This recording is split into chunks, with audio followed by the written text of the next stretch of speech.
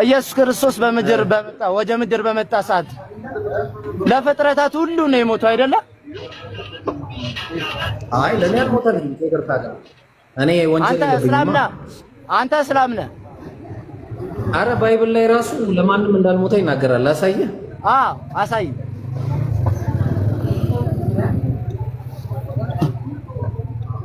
እሺ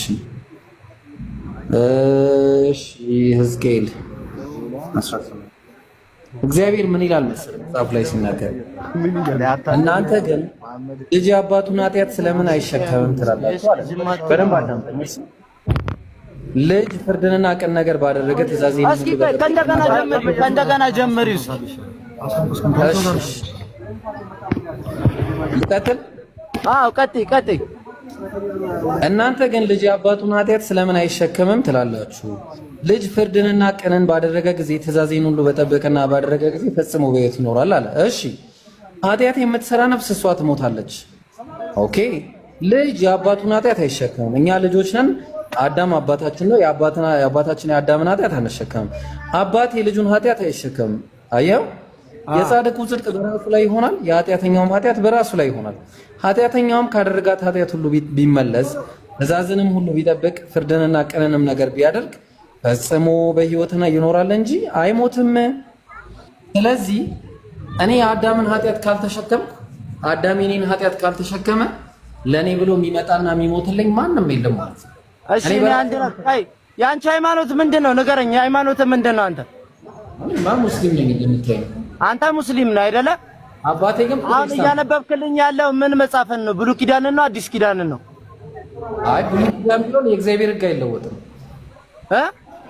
የእግዚአብሔር ሕግ የሚለወጥ አይደለም። ብሉይ ኪዳንና አዲስ ኪዳን ላይ የተሻሻለ ነገር አለ ከብሉይ ኪዳን ማለት ነው።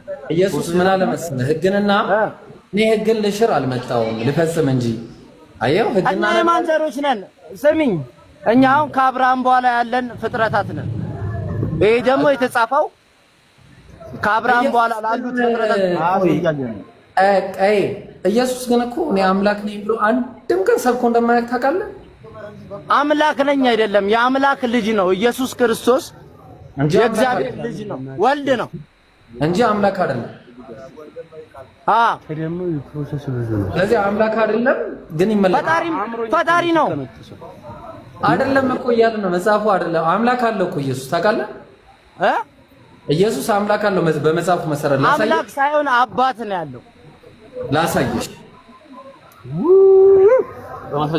ተዘጋጅተህ ነው የመጣው? ሁለተኛ ቆሮንቶስ ምዕራፍ 1 ቁጥር 2 ላይ የርህራሄ አባት የመጽናናት ሁሉ አምላክ የሆነ የጌታችን የኢየሱስ ክርስቶስ አምላክ ነው። የኢየሱስ ክርስቶስ አምላክ አንድ በል። ሁለተኛ ልጨምርልህ። ዮሐንስ ወንጌል ምዕራፍ 20 ቁጥር 17 ገና ወደ አባቴ አላረኩም አለ ኢየሱስ። ነገር ግን ወደ ወንድሞቼ ሄደሽ እኔ ወደ አባቴና ወደ አባታችሁ የእናንተ አባት የኔ አባት ነው አለ። ወደ አምላኬና ወደ አምላካችሁ የእናንተ አምላክ የኔ አምላክ ነው። አየህ አደርጋለሁ ብለሽ ንገሪያችን። ስለዚህ ኢየሱስ አምላኩም አባቱም የነሱ አምላክ የነሱ አባት ነው። ምን ትላለህ? አሁን እኔ ኢያሱ ነው ስሜ።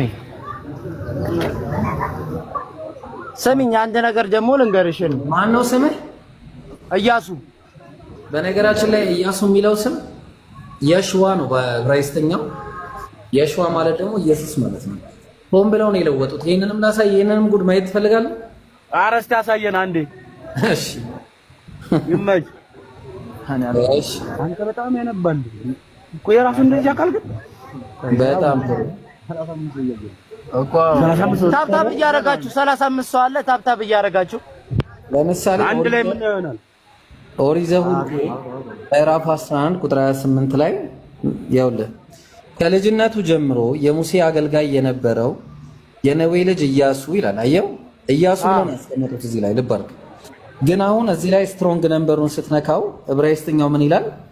ልብ አድርግ። ሰን ኦፍ ኑን አለና ዘ ሰርቫንት ኦፍ እሺ የታለ ሙሴ የታለ? ቆይ ጆሹዋ የሚለው ያው ኤንድ ጆሹዋ አለ። አየው ጆሹዋ የሚለውን ስትነካው የሽዋ ነው የሚለው። አየው የሽዋ የሽዋ።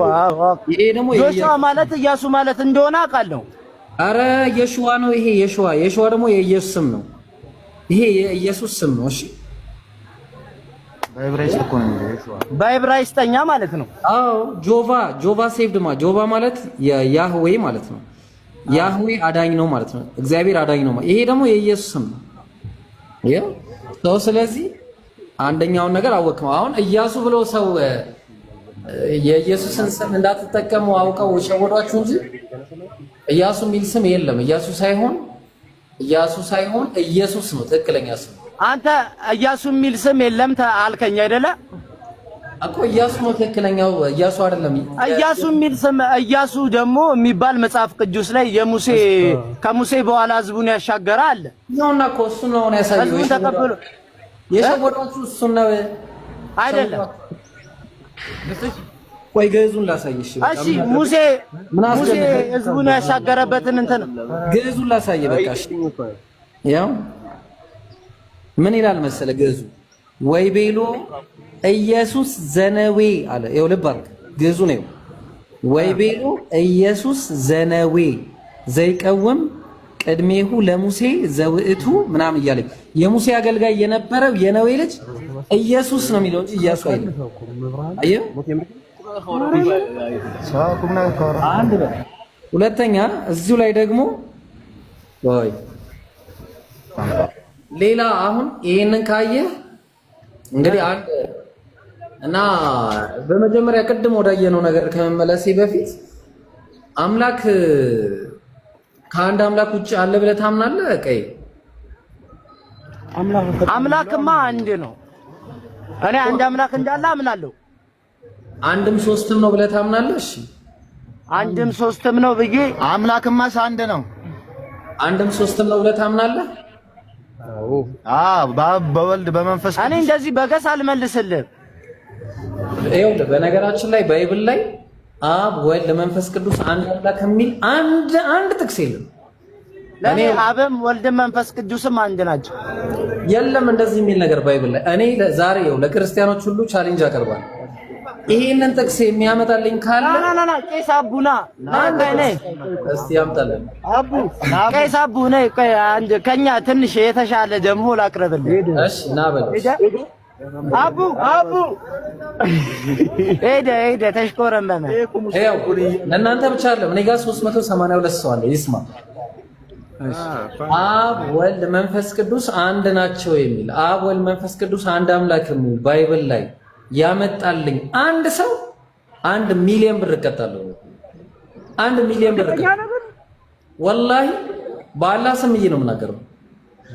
ምንድን 1 ሚሊዮን ብር እቀጣለሁ። እኔ አብ ወልድ መንፈስ ቅዱስ አንድ አምላክ መሆኑን የሚያሳየኝ አንድ ሰው ካለ ማለት ነው። ሰላት ስንሰግድ ለምሳሌ ስራ ምናምን ነገር ያስቸኩለናልና በጊዜ በወቅቱ ቶሎ መስገድ ነው አፍጥነን መስገድ ነው የሚወደደው ወይስ ትንሽ ዘግየት ብለን ረጋ ብለን መስገድ ነው? የትኛው ይሻላል? ጊዜውን ጠብቃችሁ ረጋ ብላችሁ መስገድ። الطمأنينة في أداء جميع الأركان ركن من أركان الصلاة، وأركان الصلاة هي 14. من ترك ركنا من أركان الصلاة متعمدا فصلاته باطلة. كصلاة أسرارات مأذنات وشبكات عندنا عندنا صلاة بمتسبب ጊዜ ረጋ ብላችሁ መስገድ ነው። ይሄን አንድ من ركن የተወሰኑ ከአስራራቱ ሶላቱ ይገባል።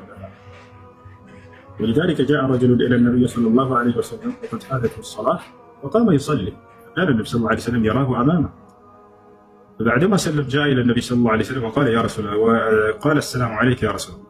فرد عليه النبي صلى الله عليه وسلم التحيه وقال له وعليكم السلام. فقال ارجع فصلي فانك لم تصلي. عند سود النبي صلى الله عليه وسلم قال متى صلاه الفوت ነበር። النبي صلى الله عليه وسلم ደግሞ እያስተማሩ ነበር። በዚህ ጊዜ ሰው መጣና ሰላም አለይኩም አላቸው። ሰግዶ መጥቶ እያዩት ነበር።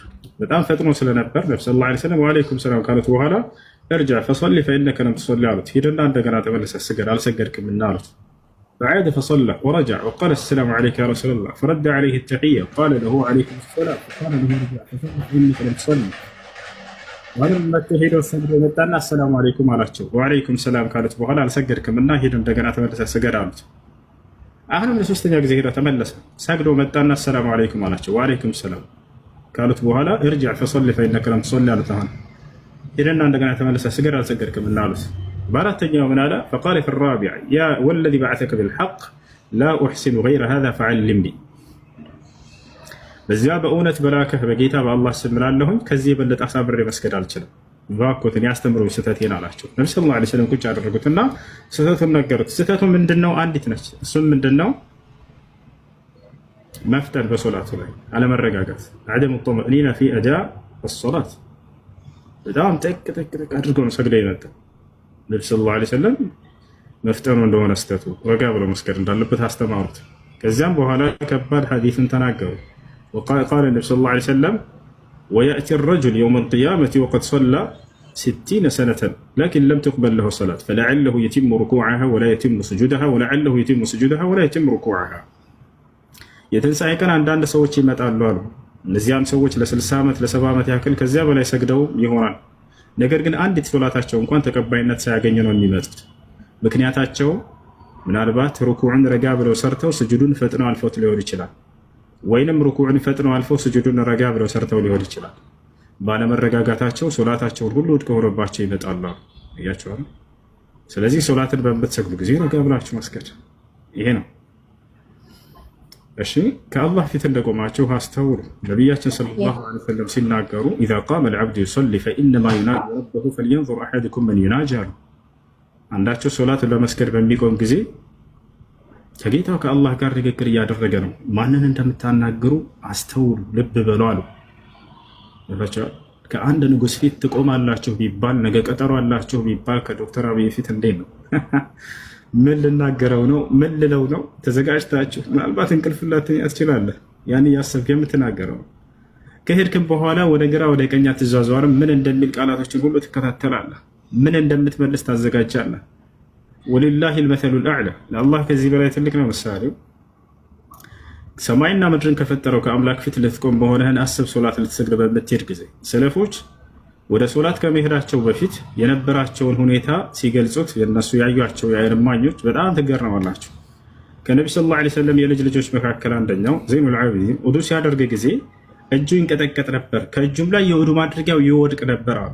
ምን ሆነህ ነው? ታማሃል ወይ ተብሎ ሲጠየቅ አልታመምኩም፣ ምንም አልሆንኩም፣ ግን ውዱ እንደጨረስኩኝ ከዓለማቱ ጌታ ፊት ልቆም እኮ ነው። እናንተ ከንጉሶቻችሁ ፊት ትቆማላችሁ ብትባሉ ነው አይደል የምትደነግጡት? ለእኔ ደግሞ ከዓለማቱ ጌታ ፊት መቆሜ ነው እያለ ይናገር ነበር። ይሄ እኛ ምንም አይመስለኝ፣ እንቆማለን። ምናልባት ሌላ ሀሳብ ውስጥ እንሄዳለን እየሰገድን፣ ወይም ደግሞ ቶሎ ሰግደን መሄዳችን ነው የምናስበው።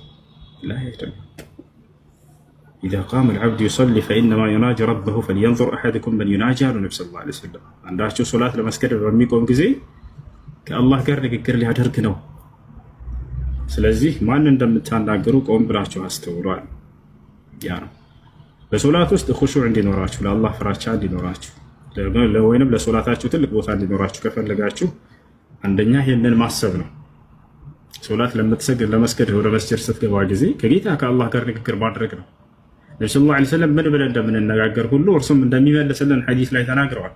ያንን ማወቅ፣ የምትቀሩትን ሱረቱል ፋቲሃን በተለይ ማወቅ፣ ሩኩዕ ላይ የምትሉትን፣ ስጁድ ላይ የምትሉትን፣ በስጁዶች መካከል የምትሉትን፣ አተህያቱ ላይ የምትሉትን ያን ሁሉ ትርጉሙን ማወቅ ታቻ። ቢያንስ ሱረቱል ፋቲሃን ትርጉሙን አንብቡና ስትሰግዱ ጊዜ ያንን ማስተንተን ለሶላቱ ኹሹዕ እንዲኖራችሁ ይጋብዛችኋል። እሱ ከዚያ አላህ የሚመልስልንስ ምንድነው የሚለው ልታውቁ ይገባል። ከመጀመሪያው ጀምሬ የሶላትን ትርጉሞችን እንገራችሁ። መሲሁ የት ላይ ነው ኃላፊነት የተጣለበት? መልስ እስኪ። እኔ በእናንተ አስተምሮ መሰረት ለእስራኤል ልጆች ነው የምትሉት። በጣም ጥሩ። እንደ መጽሐፍ ቅዱስ ወዴት ነው መሲሁ ያስተማረው? በመጽሐፍ ቅዱስ ኢየሱስ ክርስቶስ ከእስራኤል ውጭ አላስተማረም።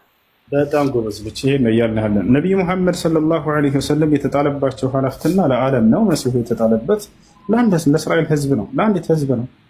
ለሙሴም ልክ በመጽሐፍ ቅዱስ ለእስራኤል ልጆች ምን አስተማረ? ምን ኢየሱስ ክርስቶስ ለእስራኤል ልጆች ምን አስተማረ? በመጽሐፍ ቅዱስ ስለ አምላኩ አስተማራቸው። አንድን አምላክ በብቸኝነት ሰዎች እንዲገዙ። እስራኤል ሆይ ስማ፣ ጌታ አምላካችን አንድ አምላክ ነው።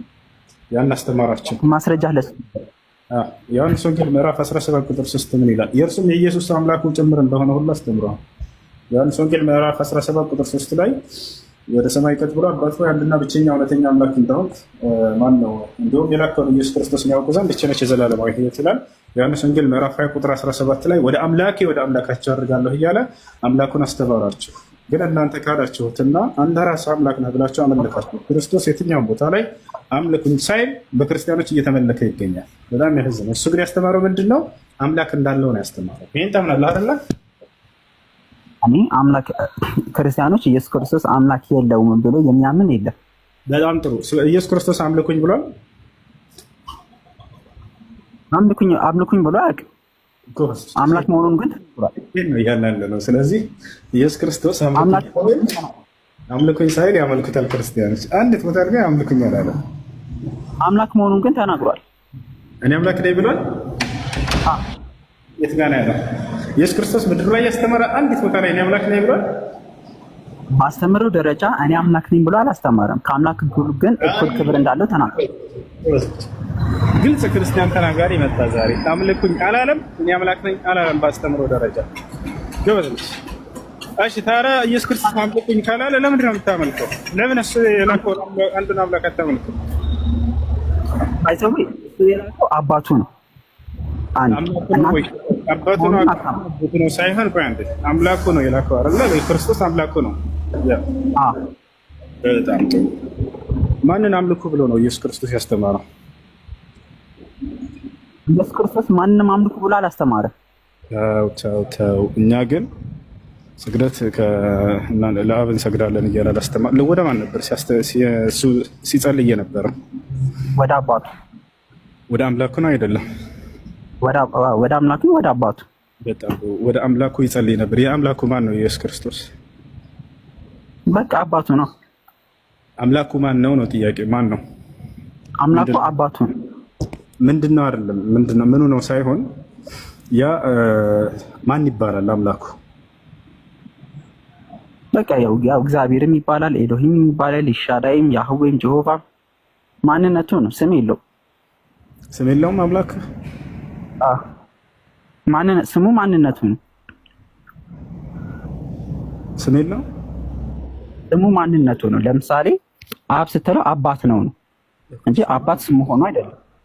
ስለዚህ ክርስቲያኖች አምላካቸው ስም የለውም፣ አይታወቅም። እከሌ ብለህ ስም እንኳን ታወጣለት ለአምላክ ነው። ሙሴ ለምሳሌ ሲጠይቅ ጊዜ አንተን ማን ልበላቸው ብሎ ሲጠይቅ ጊዜ የተነገረው ስም አለ አይደለ? እናንተ አዲስ ሰዎች ኢየሱስ ክርስቶስ አምላኩን ማን ብሎ ነበር ሲጠራ የነበረው? ማን ብሎ ጠርቶት? አባቴ ብሎ ነው ጠርቶት የሚያውቀው። ስለዚህ ስም የለውም አምላካቸው። ለሙሴ ምን ብሎ ነው ስምን የነገረው? ወደ ስም እንደነገረው ያንን ማስረጃ ሰጠህ ፈልጌ ነው። አሁን አንተ እንዳድስ ለሙሴም ስም ነገረው። እንዳድስ ያህዌ ብለው የሚጠሩት ማንን ነበር? አምላካቸው ነው። ያህዌ ማለት ያለና የሚኖር ማለት ነው። በጣም ጥሩ። ኤሎሄም ማለት እርግጠኛ አይደለም ትርጉሙን ግን እሺ። ለማንኛውም ኢየሱስ ክርስቶስ አምላክ እንዳለው ያምናል ይሄ ልጅ። ለዚያ ለአምላኩ እንደሚሰግድም ወይንም ለአምላኩ ወደ አምላኩ እንደሚጸልይም ያምናል። ምንድነው? ከየትኛው ቤተ እምነት ነህ? በነገራችን ላይ ከይቅርታ ጋር እኔ ያው ፕሮቴስታንት ትሉናላችሁ። ፕሮቴስታንት። እሺ ስንት አምላክ አለ ብለህ ነው የምታምነው? አንድ አምላክ። አንድ አምላክ። ድንግል ማርያም ያን አንድ አምላክ ነው የጸነሰችው? በአካል አንደኛውን የጸነሰችው በሰውነቱን የጸነሰችው። በአካል መለኮትነትን አልጸነሰችም? መለኮትነት አይጸነስም። በጣም ጥሩ። ስለዚህ አምላክ አልተጸነሰም፣ ሰው ነው የተጸነሰው ማለት ነው። አምላክ በሰውነት ነው የተጸነሰው። ስለዚህ አምላክ አልተጸነሰም፣ ሰው ነው የተጸነሰው። አምላክ በስጋ ነው የተጸነሰው። አምላክ በስጋ ነው የተጸነሰው የሚል አለ? አልተጸነሰምም ተጸነሰምም የሚል የለም። ኧረ ከሌለ እንዴት አመንክ? ሴፍድ ነው ያመንኩት። እንዴት መሰለህ? ቃልም ስጋ ሆነ ነው የተጻፈ የለም አልከኝ። ያልተጻፈ ነገር ማመን አይከብድም? እምነት እኮ ነው ነገር እኮ። አንተ ካሁን እኮ የጠየቀውን አንድ ጥያቄ አምላክ ሰው መሆኑ ግን ተጽፏል ነው አይደል? አምላክ በስጋ ተጸነሰ የሚል ጥቅስ አለው የመጽሐፍ ቅዱስ ላይ። አምላክ በስጋ ተጸነሰ የሚል ጥቅስ የለም። አንድ የሚታደርግ ከፈለገ ከላይ ትቀድማለች።